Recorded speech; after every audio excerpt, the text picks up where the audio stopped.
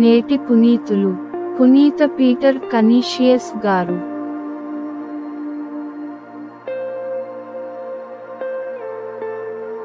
నా ప్రియని పిలుపు వినిపించుచున్నది, కొండల మీదుగా దుముకుచు వచ్చుచున్నాడు.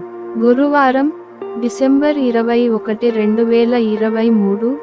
మొదటి పఠనం పరమగీతము 2వ అధ్యాయం 8 నుండి 14 వచనాలు.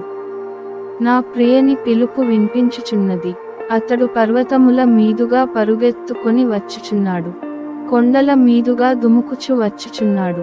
నా ప్రియుడు లేడి వంటివాడు, జింక పిల్ల వంటివాడు. అదిగో, అతడు మన ప్రాకారము చెంతనే నిల్చుండియున్నాడు, గవాక్షము వైపు తేరి చూచుచున్నాడు, గోడలోని సందుగుండ లోపలికి పారజూచుచున్నాడు. నా ప్రియుడు నాతో మాటలాడుచు ఇట్లనుచున్నాడు, ప్రేయసి లెమ్ము, సుందరాంగి నా వెంట రమ్ము.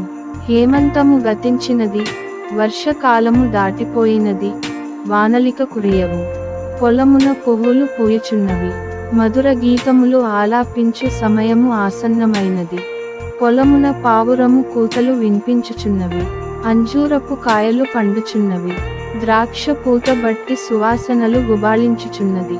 ప్రేయసిలెమ్ము, సుందరాంగి నా వెంట రమ్ము.